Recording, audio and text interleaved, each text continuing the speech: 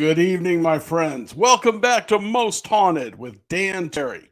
And this is a rare show tonight. Why? It's live. So, all the mistakes, all the foul language when I get angry, I am an ex-sailor, so here we go. It's coming at you real. No pulling it back this time. So, we have an incredible show for you all tonight. You're going to love this one because I am taking you from where I'm at now, which is in the heart of the mysterious mountains of Western North Carolina, right down the Ouija Board Highway and into the highway of hell. That's right. We're going to be talking about the demons that come out of Ouija boards. Now, starting that, let me tell you, I personally do not fear Ouija boards. Not at all. Never did. I don't use them, but that's a choice. I happen to use something different. I use dowsing rods. But I do have, and I always have believed Ouija boards are compared to a pistol, a handgun. In the right hands, they are an incredibly effective tool. In the wrong hands, it's a death looking for a place to happen. It's bad news if you don't know what you're doing. That said, I am going to introduce you to a friend of mine, and his name is Mike Vescovo. Now, Mike, for those of you who may have noticed earlier, I made the mistake and put the wrong name in. I was talking to another Mike on the same thread, and I didn't realize I was now talking to this Mike, and I put the wrong name down. I deeply apologize for that. But I have worked with Mike, this one. I've talked to him before, and when he was younger, he messed around with the Ouija board, and it became a major issue.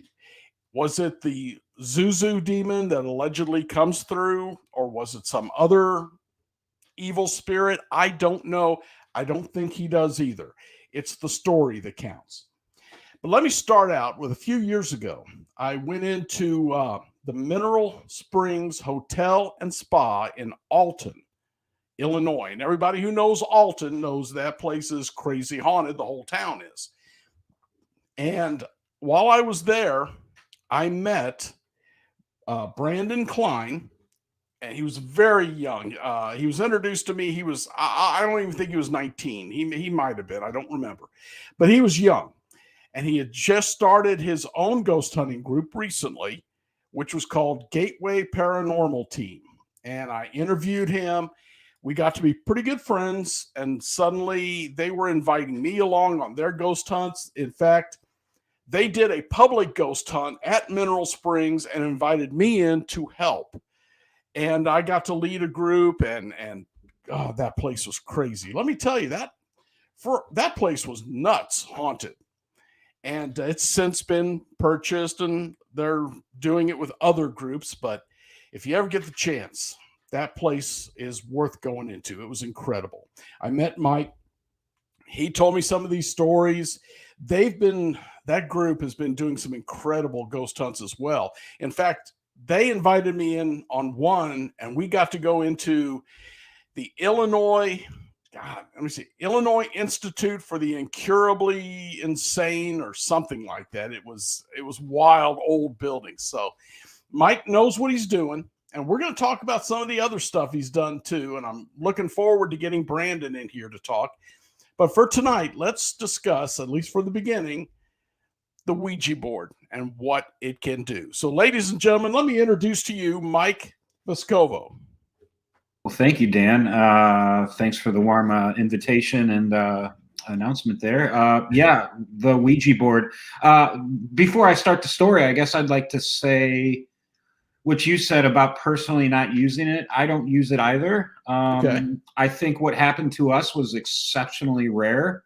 But I think it does happen to others as well as us, as I've seen others mention it on, the internet. But long story short, we were kids.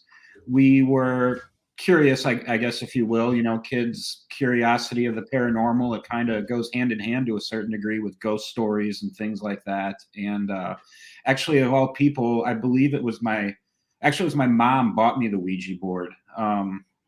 and she didn't really know what it was, I guess, or the potential. I mean, I think she thought of it more as a toy rather than a potential conduit to, the paranormal or the other side, if you will. It had been advertised as a toy for what, decades? It was made by like Parker Brothers, I think, or something, who made a lot of toys. It was another group before that. Parker Brothers bought another group, and plus there were groups that were making knockoffs. So they've been around since what, 1890 or something. A while, yeah. So we started using it, me and some neighborhood friends. I guess I'll just paraphrase their names. Aaron, Roger, and Jake, we'll say. And this was in your house? Well, sometimes in my house, but most of the time we did it, I would say about 95% of the time we did it at my friend Aaron's house.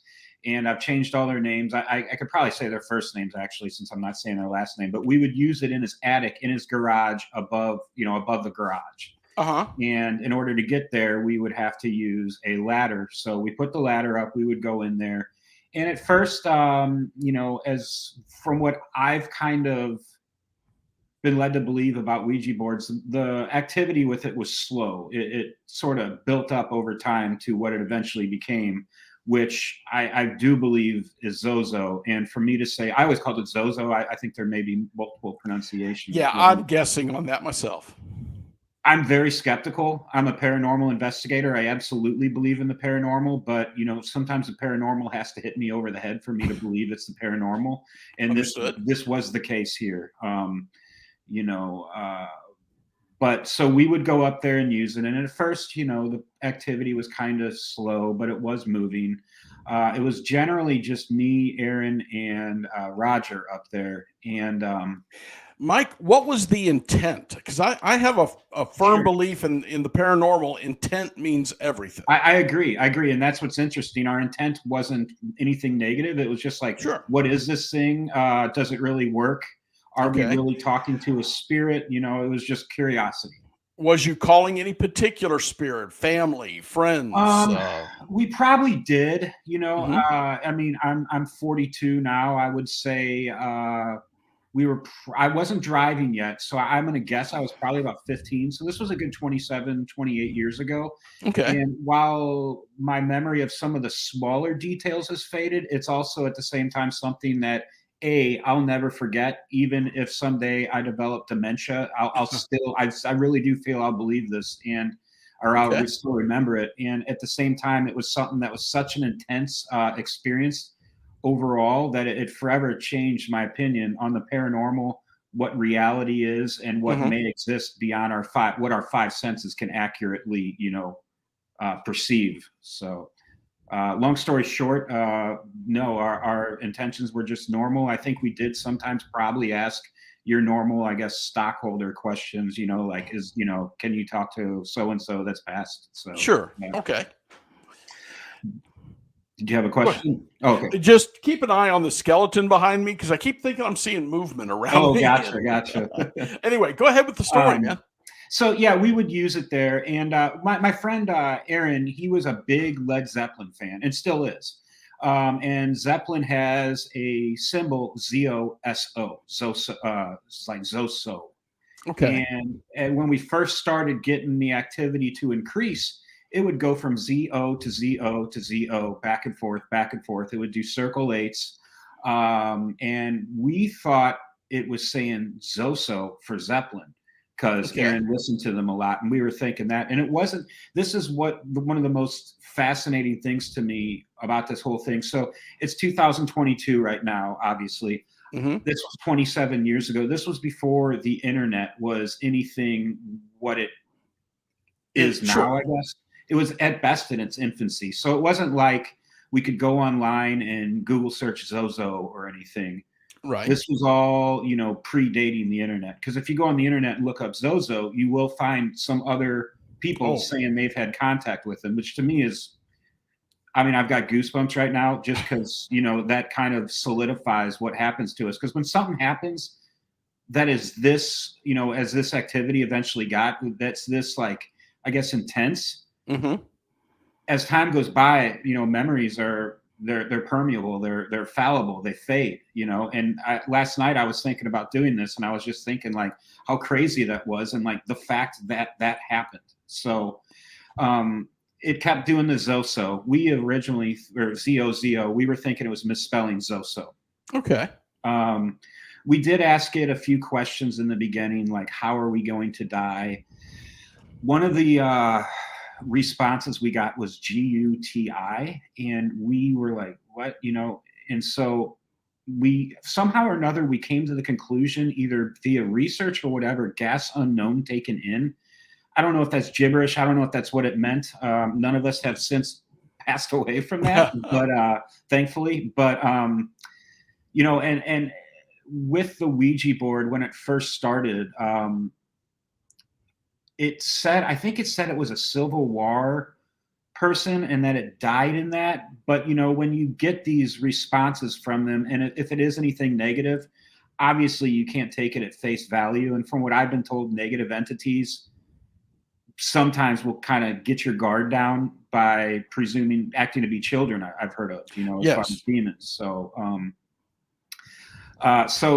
yeah, we would use it up there, and we were getting things like that. We were getting a lot of movement, and, you know, for anybody that's watching this probably understands how a Ouija board works as far as the physical motion of it. But you put your hands on top of the pointer, planchette, oracle, whatever you want to call it, and that moves around. Which, keep that in mind when something else, a later part of the story I tell, just keep that in mind, and I'll bring that back. But that was happening, and then eventually things started to ratchet up a little bit. Whenever we would first use it, we would say, "Are you here? Are you here? Give us a sign."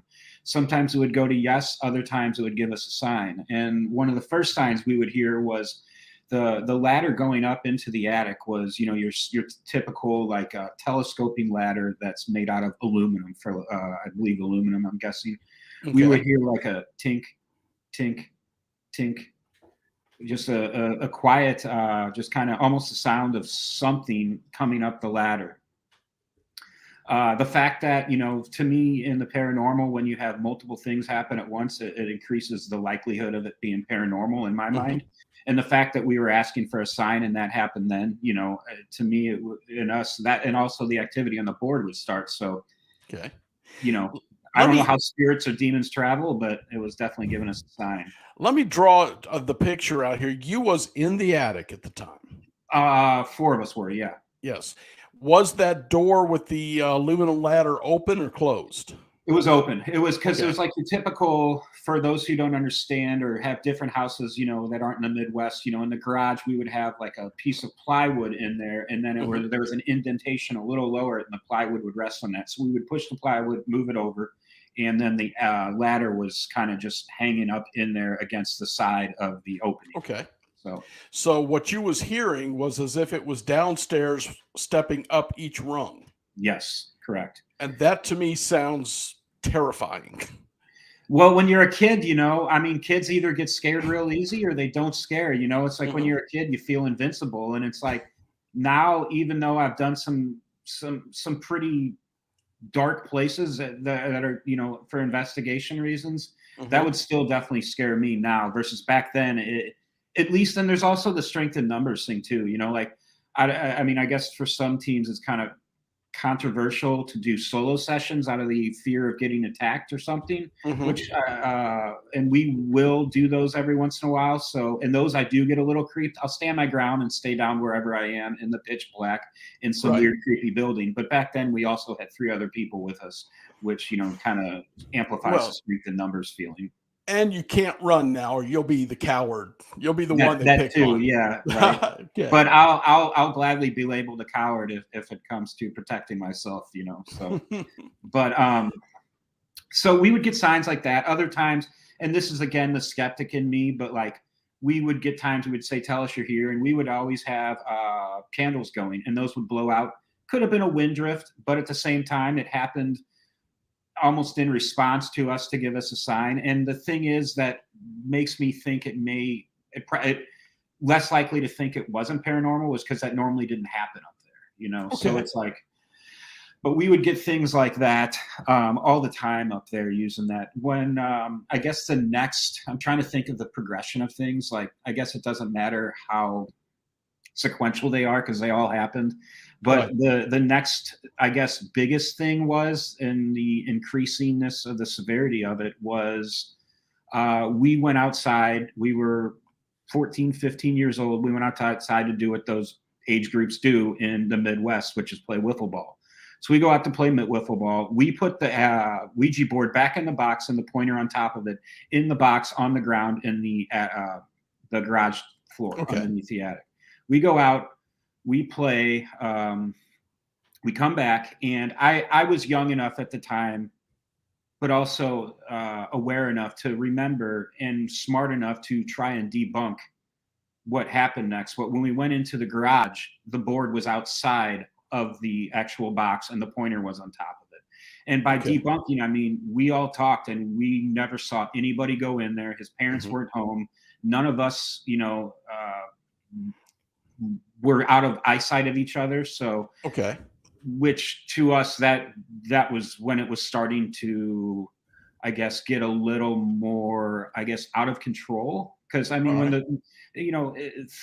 when the thing moves like that, something had to have moved it, and there was no physical, I guess, corporeal, if that's the right word, person or body there to do it, as far as we know. There were other times we would use the board and take our fingers off the actual pointer, and it would keep moving. And it wasn't like a inertia type thing where we put it in motion and it was still moving. It would be moving in circle eights. And again, that's one of the two places where I'll remind people, you have to have your hands on top of this thing. Yes. And later on, something else happens where our hands were on it. But, we would take our hands off and the thing would keep moving. That's not supposed to happen, I mean. Now, was this starting to freak you guys out? Was you getting ready to give this up? There were. And I have always been the more anxious person, out of the others. They wanted to keep going. I was probably, if I had to remember, I was definitely, if I can recall, knowing me and my vague memory of like how I reacted, I wanted to leave. And there was another time later on where I definitely wanted to leave. Okay. So yeah, that was when it started to, but so like one of the other things that happened, there's two other major events that I'm personally recalling right now. The next one was, and this is where I don't know if I believe in possession. I'm not saying it doesn't happen, and obviously it's not for me to say whether it does or doesn't, or I guess oppression, both those kind of, but it appears that whatever was there may have had that intent. And the reason I say that is because we were all up there. It was my board, and we were in the attic, and it was telling me to hug it. And I was, I was, dumb kids have a limit to their stupidity, and that crossed me. I was not going to do that, So I was scared. I said, why? And it said, because I love you, things like that. So I got creeped out. I'm like, that's it. I'm leaving. And I start crawling down the ladder or climbing down, what have you. And he had a dog. Aaron had a dog. It was it was a hunting dog. It was I don't think it was a Brittany Spaniel, but it was something in the Spaniel family. And his dog's name was Ozzy. And that dog never barked at us. Never did. It was a friendly dog, and it never barked at us out of anger. It never barked at us just out of being hyperactive, as dogs will do, So I'm crawling down the ladder, climbing down it, and this dog is sitting there barking at me. But if you look at its snout, it was looking at above me the whole time. I'm climbing down the ladder. It's barking at me. The family had a electronic fence or whatever with the dog collars. So I'm walking down the driveway because we all lived in the same neighborhood. This was like kind of like, stand by me type stuff to a certain degree. We were a close group of kids that had some crazy stuff or like we're a close group of kids. One summer, we're all together and we all live real close. So I'm walking back home. The dog's following me down the driveway, barking above my head, at some fixed spot above my head. And when I crossed the boundary of their fencing, it stopped. There were times in the past with their dogs where they would just get, out of control and run through it. But this time it did stop. But that's what do you And say this about was at your friend's house, not Correct. at your house? Correct. Yeah. You left the Ouija board and left the building. Correct. Okay. All right. And the dog was following you and barking at something you could not see. After the board told me to hug it. So okay. Who knows,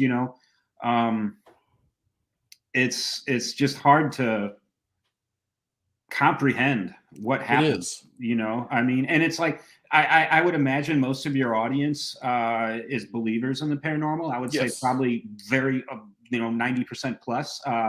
Myself, if none of this ever happened to me, I would not believe this story, and I would not be into the paranormal.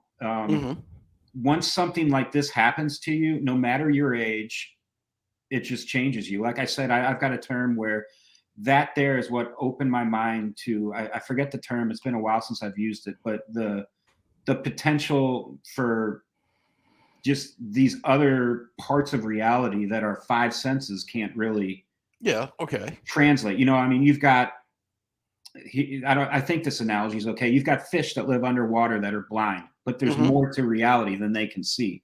There's clearly something. I don't know what it is, and I don't know if we were talking to Zozo. It certainly seems like it. But there was one more event that was, I guess, the finale, before we finally got rid of the thing. So our one friend, Jake, was African-American. And the board, we were all using the board, all four of us were. And whatever we were talking to, every time we used this thing, after it first started transitioning to the ZO, it would always identify itself as that. So assuming we're still talking to Zozo, which we almost for sure were, it was telling us it was racist and didn't like African Americans. So it keeps pointing the pointer at him back and forth, back and forth, back and forth. After a few of those motions, the pointer flies out from underneath our hands at a perfect 45-degree angle at Jake's face. Wouldn't have hurt him, but Jake sees the thing, dodges it, and it was like on a line and hits the wall in the attic. And the attic in this place, they were kind of like A-frame type things, just that part of the house was. It hits the wall and falls down. I used to love watching Ghost Adventures. It was kind of like the Goldfield Hotel, I think, was the episode where that brick flew at them and they had the professional video guy look at it, and he determined there was no foul play with the video, no alterations. It flew like that. It was at a perfect 45-degree angle.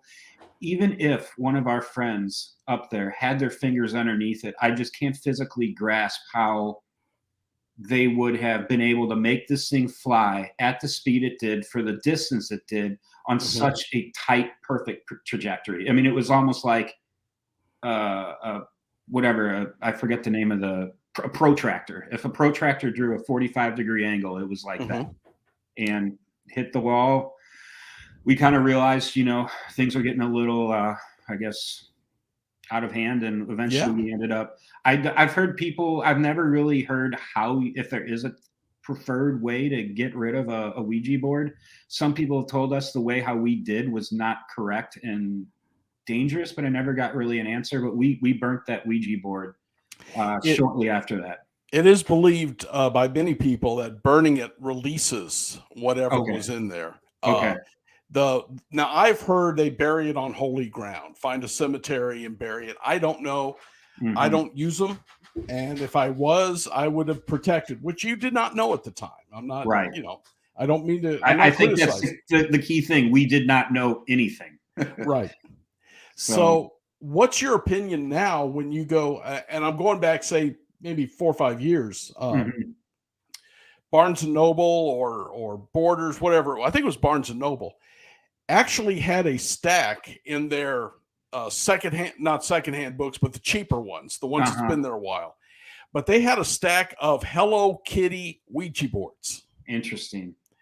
And they were selling for, I don't know, like $7, $8, $10. They were really cheap, very cheaply made, but they were definitely pointed towards very young children. What would you say to parents who So, let's pick them up a Hello Kitty Ouija board.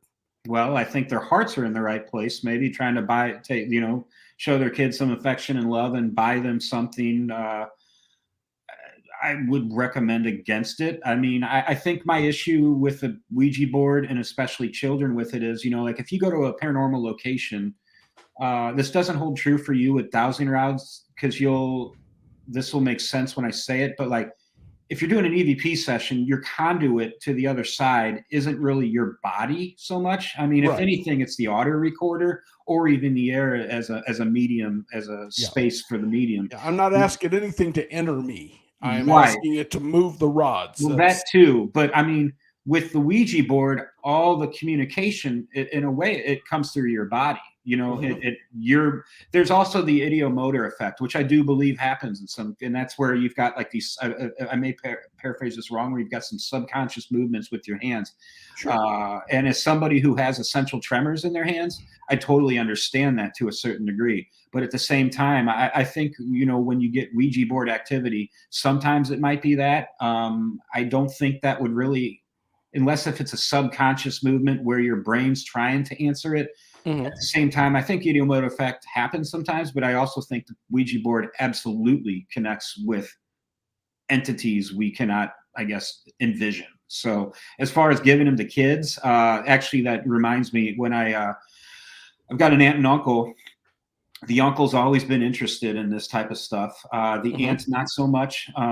She wasn't against it, but she just wasn't really passionate or into it, intrigued by it, if you will. And so she actually had me bring the Ouija board over to her house when I spent the night there once. And the husband, my uncle, saw it and told us, get it out of the house. He didn't want it there. So, he at least was cautious enough about it to where he would not be one of those parents that would buy it for their kid. I don't know. I'm not trying to be hard-headed or opinionated, but I think that would be a poor decision, or maybe a lack of a better word would be maybe not a fully thought out decision by a parent to buy it for their kid. Like, why? I guess what are your intentions? Well, for the same reason your parents bought you one. Great. That's a game. Fantastic point. That's true. It looks like a game. Yeah. There you go. Yeah. So what happened after that? Did you have any more issues after you that day? I did not. My friends, so out of the three friends, Jake and all of us just grew apart, as happens in life. He moved away, and of course. Aaron is still he was raised devoutly religious. He always said he was moving it, but after the things we saw, there's just no way. And me and my other friend Roger, we think that's him kind of just psychologically trying to come to terms with it, because my friend Roger said things happened afterwards to him and he wouldn't even tell me what. Really? Wouldn't say. He would not say. So, and you, nightmares, any sounds at home you couldn't explain? No. And I mean, no, nothing like that. I wish I had like a crazier continuation, but we kind of, it seems like we closed the door. Now, could there have been long-term effects? I mean, who knows? I've had anxiety disorders. Could that have been caused by it? Could it have, I mean, it's tough to say, you just don't know what you don't know. So I will say we know what did happen while we were using it, and it's still hard to believe. So, okay. Yeah. But now if let's take Mineral Springs. Sure. Which we brought those groups in. They all had their own equipment. What would you have said if somebody brought a Ouija board in? Well, before you finish that question, I also had a thought that kind of relates to that. Because I thought you were going to ask a different question if I would use one. And I think part of the reason why our activity got amplified so much is because we were using the board over a repeated time in a repeated location. Right. Almost, if you imagine, like, I think an analogy I just came up with that's really good would almost be like a paranormal lighthouse, kind of shooting a light off in the beacon. We're here, and something came. I think if you use them every once in a while, like maybe once a year, I think my guess is, this is totally just my guess, Right. you'll probably be fine.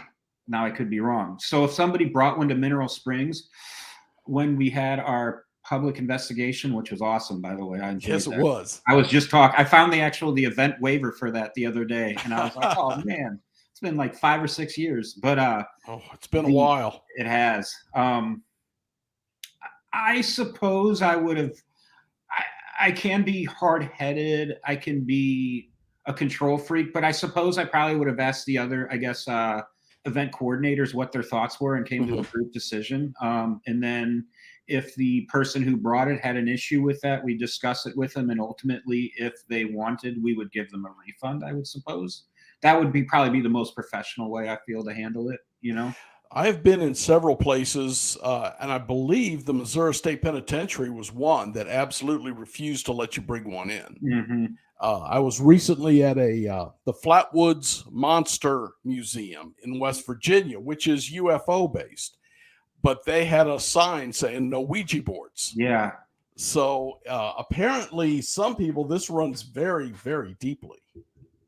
Yeah, I mean, well, it's kind of like, you know, one of the more common things you'll see, like in waivers, whenever you go to any location, you don't see it in all of them, but I've definitely seen it in some that says like no seances, no attempts to remove entities. And there's a really cool location. I don't want to say the name because I feel like what this person does is kind of goofy, although I think she's not there anymore. I think she got let go from them, but there's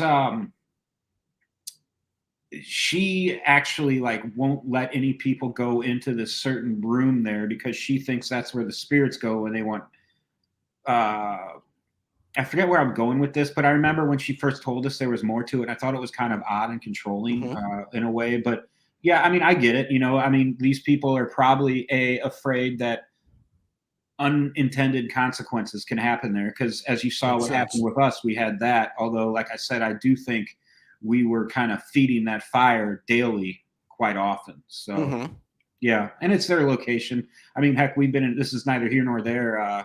There was a fire in St. Louis recently that was caused by a space heater, and there have been times we've been on locations and had a space heater and it started to like smoke and stuff. So it's like, I think ultimately these people are just doing it to protect their investments, which makes sense from that standpoint. Oh, absolutely. So now, because of what happened to you 27 years ago, you are a paranormal investigator. I'm a skeptical believer in the potential of the unknown or paranormal. So long answer, yes, I do believe there is absolutely much more to reality. Right. Yes. And and I know you have to because we've both been in Mineral Springs, and that place, the ghost level was cranked up to 150%. It's one of the more active places we've been to. I would actually say from a number of active locations, number of active investigations at one place, that's probably, that's our tops. I mean, heck, I've been there, I think 10 times, and other members of the group, quite a few more. But out of the 10 times or so I've been there, I would say at least 6 of the times we've been there, we've had activity. And, you know, the more you do investigations, unless if you're on a roll, the more you realize sometimes you're going to go to a place that's really paranormal and have nothing. And other times you're going to go to a place that's not really normally active and it's just crazy that night. So, yes, Mineral Springs is very good. What about, what was that place? It was the Illinois Institute for the something insane. Incurably insane or something. And I forgot that was the title for it until during the intro when you were saying that, because I was thinking about that earlier, and it was I just called it because I forgot that name, the Peoria Asylum, which is no longer there. But that was we must have been one of the last groups to go in there. I think we were. I remember when we were there. Yeah, we were hearing that it was getting torn down. They were fighting to save it, but it was beyond saving, I'm afraid. Yeah. Now, we got a little bit, but not really that much, all things considered. How about your side? Because we were there together, but me and my wife had separated and went to another part. I forget. I think we may have had, and I'm hard-headed again on spirit boxes. I'm very hard-headed in certain things, but I do think we got something on that some of the members enjoyed. I think we had audio too, but at the same time, there was a lot of people there, and I had trouble discerning if it was a true EVP or if it was just somebody whispering that I'm not familiar with from a vocal or auditory standpoint. Okay. So, but I mean, and that's the thing too with most of these locations, unless it's a place I've been to tons of times or it's just a really bland place, I can be there, not have any activity and still enjoy it. And plus I'm very passionate about photography. So at the very least, I'll get some really cool, creepy pics. But as far as Peoria Asylum, I don't remember a ton of stuff other than what I just said, but that building was fascinating. It was amazing. And we went down to the cemetery and checked that place out. Yeah.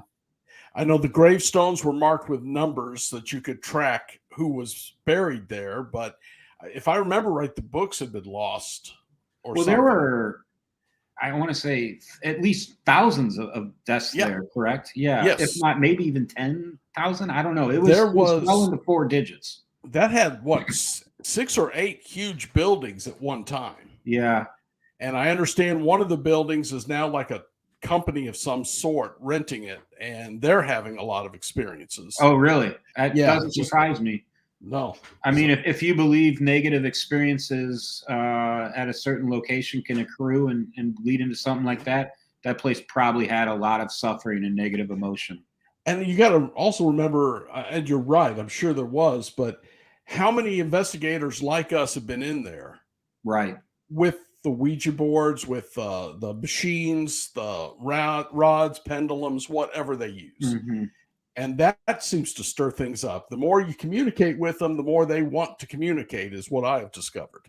That, and, I've never, I guess, witnessed it because maybe I have a literal at Mineral Springs, but they say like renovations, can stir stuff up. And it sounds like there were definitely alterations to that property since we were there, obviously, because they tore a building down, and that's a massive alteration. And then the ones that remained are now used for different purposes. So I mean, once paranormal, I don't know.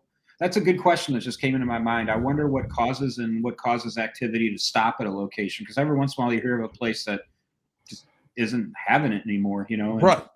But I would think, once it happens there's a good chance it'll keep going. So I'm not surprised they're having stuff there at all. Tell me about some of the other places, because your team has been all over. You guys have done some incredible stuff. We've been on kind of a lull lately, but for 2015 and 16, we were, I mean, we still do, and we've got another one. I've been kind of on the back page for the planning of this one, so I can't really positively give the correct name, but I want to say it's the Fairfield Infirmary. Okay. Where we're going in a couple of weeks. But in 2015 and 2016, we were getting EVPs that were better than anything I hear. Yes. And I mean, what I sent you, those were just kind of a sliver of them. But we were so spoiled in 2015 and 16 with EVPs that honestly, what happened with me between that and the old Ouija board experiences, I got kind of, I guess, burnt out to a certain degree for a while, because I wasn't getting what I was getting, and I didn't realize that what I was getting when I was getting it was so just amazing, not common, I guess. But so 2015 to 17, I want to say we went to almost one location a month, and I mean by one location, we would travel anywhere, 15 minutes away to 9 hours away. So, I mean, Sedamsville Rectory, all sorts of places we've been to. And what place would you say was the most haunted that you've been to? For me, it was Sedamsville Rectory. That followed by Malvern Manor. Okay. Malvern, you can still investigate. That place, when we were going there, I think we were going on weeknights. We also did at Sedamsville, and a lot of places that are open on weeknights will give you a discount. We were, but Sedamsville, you can unfortunately no longer investigate there. There was some drama that I'm not fully sure what exactly happened, but that place was also on, I want to say, Ghost Adventures. They had John Zaffis there and a bunch of other people. We had some just fantastic evidence there. There's a famous clip out there, and of that place where if I hadn't been there and if I wasn't in the paranormal, I'd be like, that's so fake. I would just literally think that this clip out there from this guy, and it's hard to find. It's on YouTube, but it's in the rectory.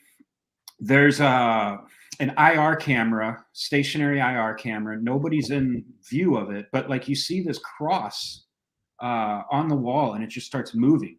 And then you see like the blinds go like that. And I mean, the skeptic in me still doubts it because it's not my video, so I don't know. But the things we've had happen there, at the same time, make me think, you know what, it's probably true. I mean, we've gotten EVPs, multiple ones there where it says an investigator's name. There was another time where I gave that to I didn't give you the right file for that, but we were there. We had our IR cameras on, and we had 4 of them. We went to go travel because it was a 2-day investigation. So this was during the day, earlier in the day, and another investigator wanted to go to Bobby Mackey's just to look at the place and be like, we've been here. While we were gone, though, we captured on our audio recorder. Here's a tip for anybody watching, not to act like a know-it-all, but just to give you a friendly tip. Always keep your audio recorders running when you're doing an investigation. Always. It's brutal listening to the audio when you've got like 12, 13, 14 hours or whatever of audio. And 5 recorders to listen to. 5 recorders. But you will capture stuff. Don't just do an EVP session for an hour, then turn your recorder off. Keep it on all the time, because we have captured, I think, more EVPs when we weren't doing EVP sessions. But we were there, and I kept my recorder running the whole time we went to Bobby Mackey's. And so the reason why I'm saying we had these our infrared DVR cameras set up is because to us it was very sufficient proof that nobody else entered the premises while we were gone. So we come back. I don't remember if we listened to the audio that day, like before we started the investigation, or if it was something we listened to. A lot of times in our rental cars, when we get a place, because we don't put the miles and wear and tear on ours, we'll get a rental car and we'll listen to some of the audio as we're driving home through the car speakers. So we may have heard it there, or maybe even back when we got back to St. Louis, back to home. We hear this. So I guess I'm getting long-winded as I'm wanting to. Go ahead. You're fine. Most EVPs and most paranormal experiences, in my opinion, or my experience, the experiences I've had, they're normally short. They're normally not long and sustained. The Ouija board stuff was different. Most EVPs or any activity, they're normally short. Yeah. And I think part of the reason why that might be is, logically, to me, if what we're hearing or capturing is something from another plane of existence or reality, it probably takes a lot of energy, whether or not purposeful, accidental, what have you, for that activity to manifest itself in a way that we can experience in ours. I think that takes probably a lot of energy. I could be wrong, but that's just my logical assumption. So because of that, I think that's one reason why maybe EVPs and whatnot are normally short. The more syllables you have in an EVP, to me, is the more fascinating, because sometimes you'll get something that says like no, and that's great. Don't get me wrong. To get a nice Class A EVP that says no, that's great. Right. But at the same time, that's one syllable and it's 2 letters. I also another thing, I just lost my train of thought. What I was going to say on my paranormal hypotheses or theories. I also think activity, and this is just my opinion, some people listening might disagree, might think it makes sense, but every once in a while be at a location and somebody will say, oh yeah, sometimes we'll come in here and this suitcase is moved. And I always thought, like, why does activity manifest that way? And I'm thinking maybe it's a approximation of something that's going on over there, and it just manifests that way here. But anyways, that I'm getting on sidetrack there. So when we came back, we listened to the audio recorder eventually, and we captured this kid. This is on our YouTube, but we captured it. It sounded like a young girl, humming or singing for 20 seconds maybe. And there were 2 different parts of it. The first one, I think it was like 2 different sessions of like 10 seconds each, and this kid just humming. And to me, it's sad. It's creepy and it's sad. What is your YouTube page so people can track it down? Because I know you've got. That's a great point, actually. Our SEO on it, search engine optimization, is terrible. There are 2 Gateway Paranormal teams. One of them which started after us, and that's kind of our fault for having a name that's easily duplicated. But there are 2 Gateway Paranormal teams, and ours is the one we've actually been talking, and I think we've kind of changed the name to Gateway Paranormal Institute, but ours is Gateway Paranormal Team. I think still on YouTube, and you'll see like it'll in stenciled lettering. The logo is GPT with like this purple background with the arch in the back. The arch, right? Yeah. Okay. But yeah. All right. Well, you sent some EVPs, and some of them, folks, I got to tell you, he sent some that were the most amazing, incredible, foul language that we can't even put out here. But that was something pretty strong, using some really interesting terminology. I can at least give the locations a plug. I mean, one of those, it said something, a letter that your parents, if you were a kid, your parents might get mad at you. But that one of them was at Shaney Mansion, which is an awesome place to investigate. They're in Jerseyville, Illinois. And when I recommend these places, as much as I wish I did get a kickback, I don't. So these are just me giving suggestions on places to potentially go. One was at Shaney Mansion in Jerseyville, Illinois, and the other one was at the Haunted Castle House in Brumley, Missouri. So okay. Well, I know you sent some, so if we can get Race, the producer, to put one up, and you can explain after we hear it the first time what we're listening to. So I go looking for him. I can't find him in the house anywhere. And I even went as far as to call him and said, "Were you just home and left?"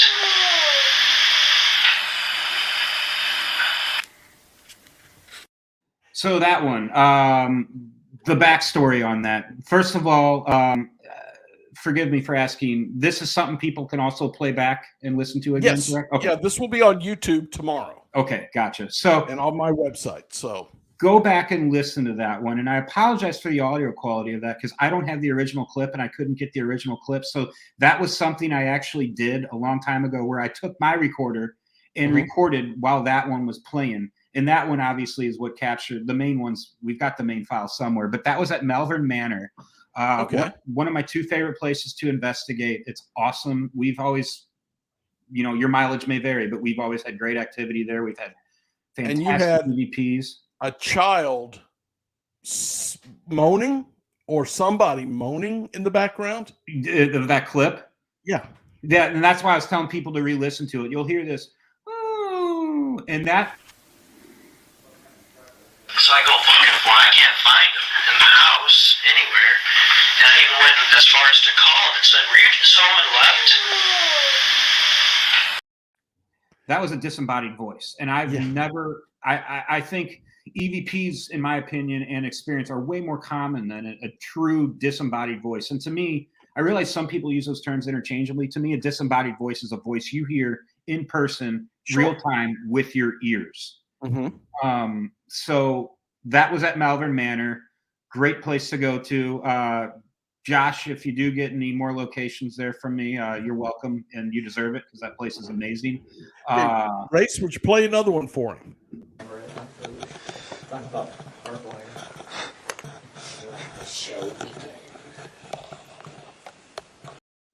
So that one there was, we've been there 3 or 4 times. I don't remember which investigation that was, but also just to go back real quick and then come back to this, that disembodied voice, we spent a lot of time trying to debunk that. We never could. We've never heard it there before. We've never heard it after. The owner, Josh, has never heard it as well. But that EVP you just heard there, Let the Show Begin, is what we've ultimately settled on. And that was where it's a class A, I'd say, but it made me realize that the audio playback you listen to can greatly distort, because I listened to it on my MacBook when I first heard it, and I thought it was saying "let the 4-letter S word begin," which is creepy too.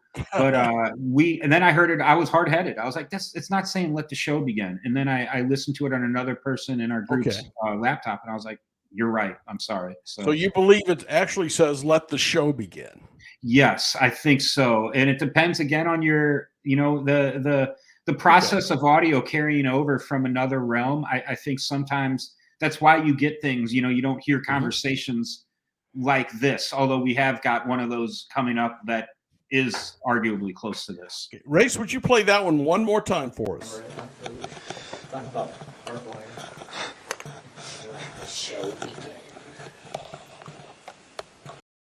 So the one I was going to say that we have coming up, I just remembered that was the one that wouldn't play here. We do have that one on our YouTube also, and it was at Prospect Mansion in Trinway, Ohio.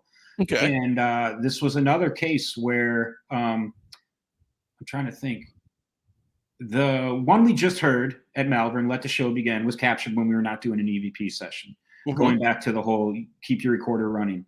The one we had at probably maybe our best, I would say our best one possibly, was at Prospect Mansion in Trinway, Ohio. I want to say it was 2016. And it was another time where we were not doing an active, if you will, EVP session, but I kept my EVP recorder running. What happened was we were there and we heard a loud bang. And unfortunately at the time, and I think still to this day, there's a caretaker there. So there's a possibility it could have been him, but the loud bang we heard. But we heard a loud bang, and we did something I feel was a big error from a investigatory standpoint. We left and we were like, oh, let's go check this out on the DVR camera. When activity is really happening or possibly happening, I'm of the belief you should probably stay where you are and see if you can capture anything else. But our emotions and our joy of capturing something, we went downstairs, we listened to or looked at the tapes to see if we could see anything, which we didn't. But while we were there, I had my recorder going, and we hear something saying, it's clear, and it's on our YouTube. I wish I would have been able to give you a better clip that worked, but it says, come to the master. Very clear. That one, though, we do have. Oh, I'm sorry. Okay. Yeah. Oh, okay. let's play that one.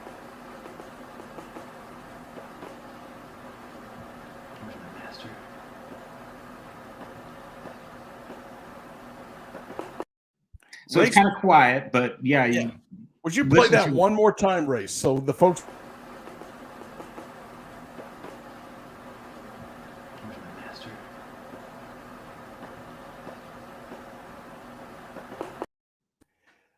Mike, that creeps me out, man. It is. And it's like, well, and it's what, you know, words are imprecise. Words can mean, especially in the English language, many different things. Sometimes people use words wrong. Sometimes people expect you to understand what they're saying. My question is, what did it mean by the master? Because there are multiple, I can think of three possible, I guess, almost translations to that. First of all, for those that don't know, the lore I was told about this place, assuming it's all true, it was I think a stop on the Underground Railroad, and there's these big, massive fields around there. And at the top of the building, there's a room, or I think they call it a cupola, is what I was told. And there's windows on all four sides. It's really small. And the story is somebody that owned the property, or somebody that lived there, or whoever was designated to do this, would go up there with a lantern when it meant there weren't bounty hunters in the area, and it was okay for slaves to cross the fields and come there and take safe harbor. That's what I was told. So in that regard, it may say come to the master, meaning slave master. Does it mean the master bedroom, which is even creepier in a weird way? And then there's also come to the master. I mean, master can be construed, I guess, in some ways as satanic. So, and then maybe there's other people listening right now and think, oh, I think master can mean this, but yeah, it's a creepy one. Well, in the last minute or so we were talking about the Ouija boards. What advice would you give to people who want to try one out? I would say know your limits. I mean, that's the thing. It's kind of like, and I've never done these, if you were to look at my body, but like steroids, you know, you do steroids and you get addicted to them psychologically, from what I've heard, because it's so fun. And with the Ouija board, I would imagine that's probably something that was happening to us, because we start getting these responses that are just mind-blowing to us. And we're like, why would we stop? This is fantastic. This is crazy. You know, this is some part of reality that's totally new to us. I would say know your limits. I think, again, you know, it's like if you take some type of, let's, you know, and this might be a bad analogy. Let's say for some reason you take poison. If you take 1/10 of a gram, it won't kill you. If you take 10 grams or whatever, it will. And that's kind of how a Ouija board could be. Like I Okay. said, with ours, I think our activity stemmed from the fact that we were using it in the same location over and over and over and connecting with something bad. All right. So Mike Vescovo with Gateway Paranormal Team. Thank you for coming in tonight, man. Your Thank you story for was having awesome, me. but the EVPs really made the show. I Yeah. really thought you did a great job picking them out. Thank you. All right. We'll talk to you soon. Folks, that's another show in the books for us, but thank you all for showing up. Be careful when you're looking at these things. They are dangerous. If you don't know what you're doing, like I said, it's like a handgun. If you don't know what you're doing, you could hurt somebody bad. But don't be afraid of the unknown. And with that said, y'all stay spooked.